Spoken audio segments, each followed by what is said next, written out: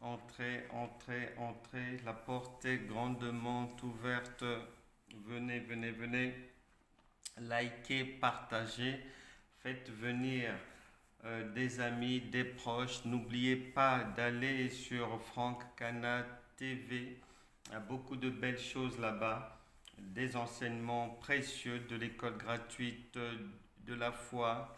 Il y a des prières très intelligentes, de très belles choses qui peuvent vous aider à avancer dans votre foi, avancer dans la connaissance spirituelle, à booster votre vie, à voir les mauvaises choses partir, à aller de l'avant, à manifester réellement la vie de Dieu en vous. Allez-y, n'hésitez pas donc d'aller sur Franck Cana TV.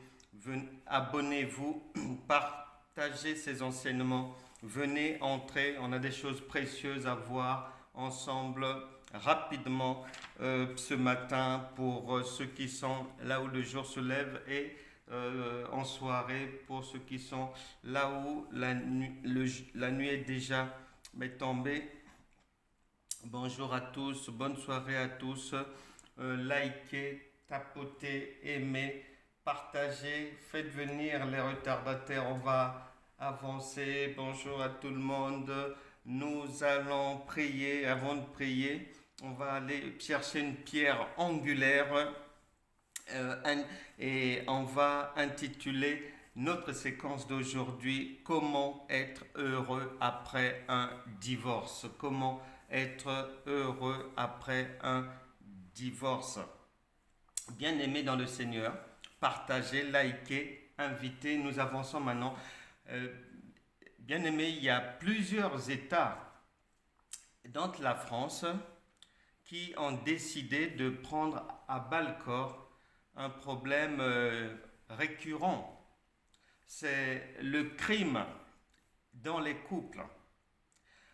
Beaucoup de femmes sont tuées, elles sont assassinées, d'autres égorgées, d'autres meurent sous les coups des maris et l'État français en particulier a décidé de mener une lutte sans merci contre ces drames. C'est-à-dire, tant que l'État, tant que la société peut tout faire pour éviter ce genre de drame, il faut le faire.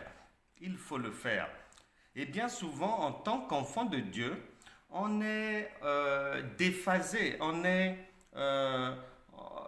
c'est-à-dire on est en vie comme sur une autre galaxie.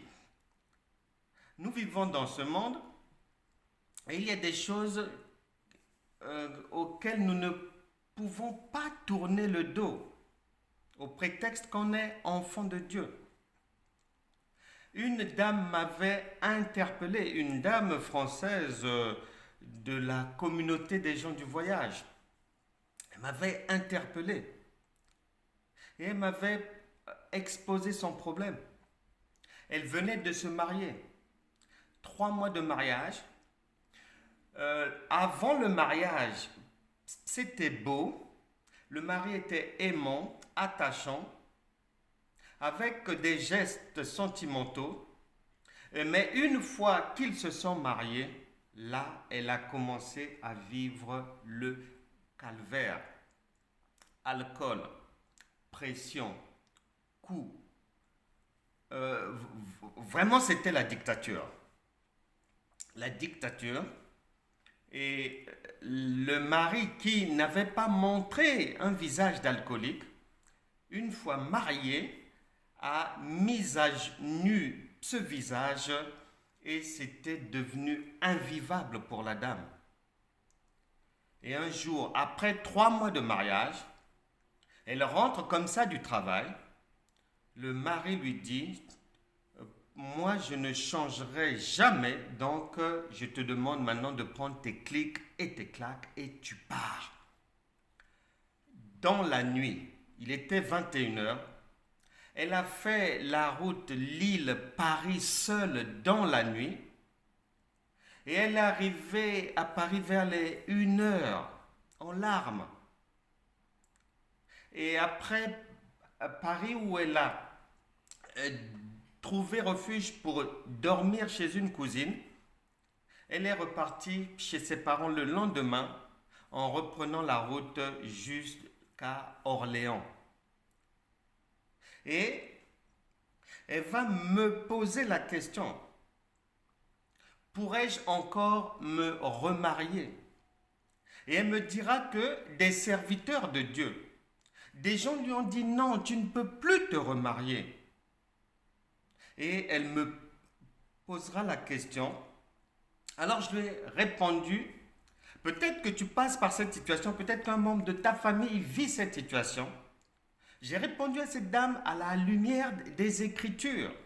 La Bible déclare en Hébreux chapitre 6, verset 10, Dieu n'est pas injuste. Il y a souvent chez nous, enfants de Dieu, une incohérence. Dieu n'appelle jamais victime coupable et coupable victime. Et Dieu ne peut pas punir un innocent. C'est impossible, sinon il n'est plus Dieu. Hébreux chapitre 6, verset 10, Dieu n'est pas injuste. C'est un Dieu de la justice.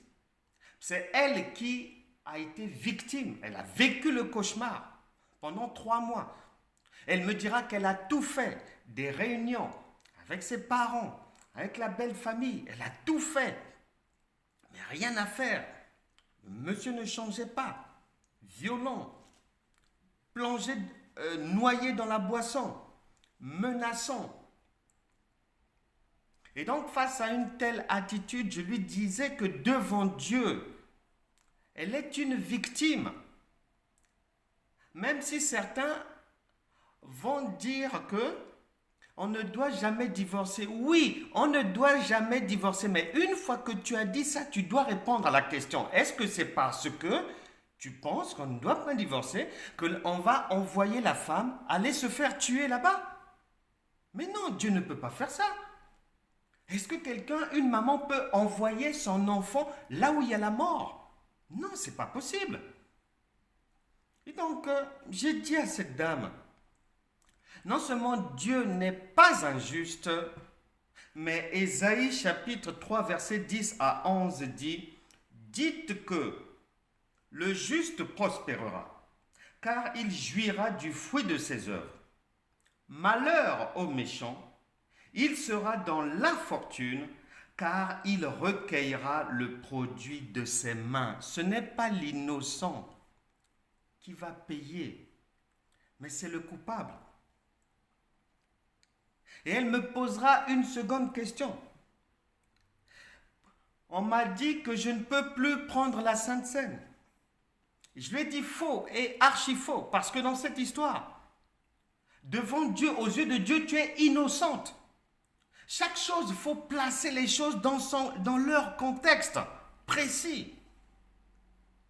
Vous êtes une victime, vous risquez de perdre votre vie, et Dieu ne peut pas vous envoyer à la mort. Mais non.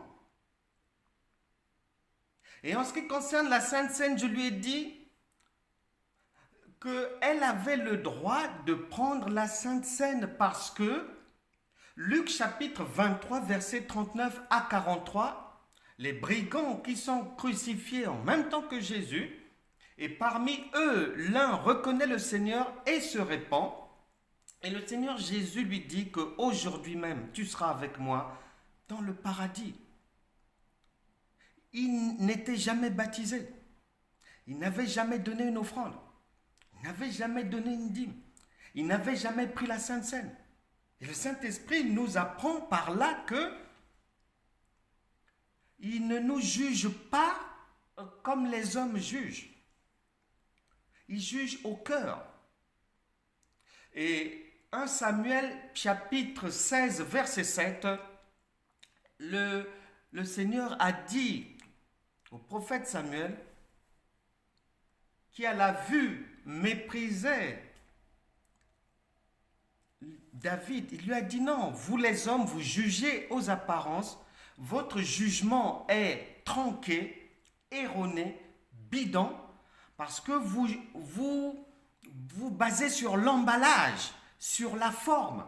Or, moi, Dieu, je juge au cœur. Nous allons maintenant prier pour que toute personne dans cette situation de victime, ayant tout fait pour sauver son ménage, sache que la volonté de Dieu est que toute personne puisse se relancer dans la vie, se ressaisir. Jésus-Christ est venu pour donner à chacun la vie. Jean chapitre 10, verset 10, et la vie en abondance. C'est pour redonner la vie à une femme répudiée que Jésus est venu.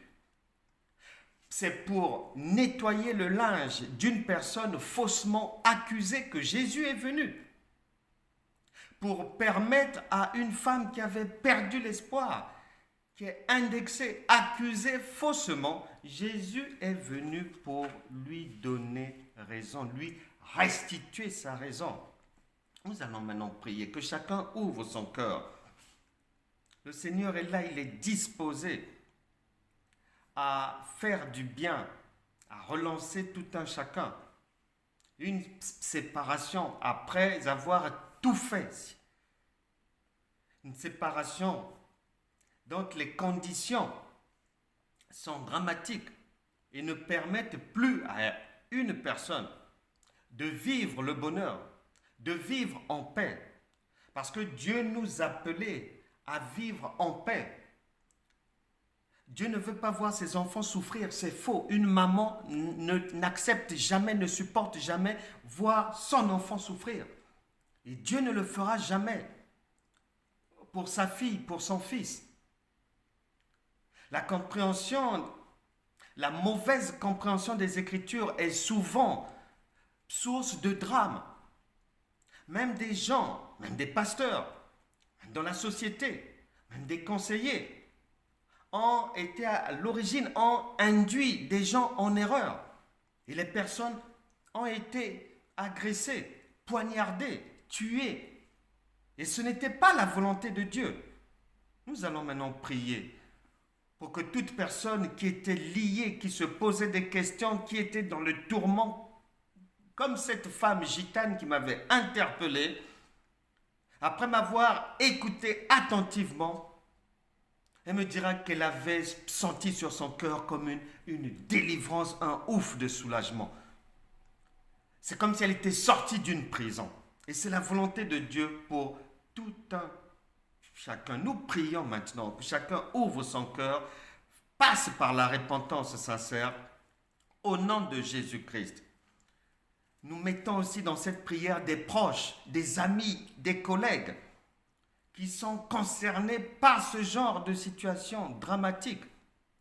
Au nom de Jésus, conformément à l'évangile de Jean, chapitre 20, verset 23, je pardonne à toute personne ici ses péchés. Conformément à 1 Jean chapitre 4, verset 17 et Romains chapitre 4, verset 17, j'ordonne à l'anxiété, l'insomnie, au doute, au désespoir, au chagrin et à la tristesse de vous quitter maintenant au nom puissant de Jésus. Je commande à toute violence, chantage, pression faite contre une personne à la maison, en famille ou devant les tribunaux, de prendre fin aujourd'hui au nom de Jésus. J'arrête tout esprit manipulateur qui oppresse une personne ici. Conformément à Ésaïe chapitre 3, versets 10 à 11, que toute victime ne sera jamais appelée coupable ni en famille, ni devant les tribunaux. Que la résurrection de Christ maintenant se manifeste dans les vies de tout un chacun et que chaque personne se relance, se relève dans la vie et que le bonheur vous visite désormais au nom de Jésus. Amen. Amen. Salutations à vos familles, à vos parents, à vos proches. N'oubliez pas d'aller sur Francana TV. Il y a beaucoup d'enseignements. Partagez, likez. Nous vous aimons.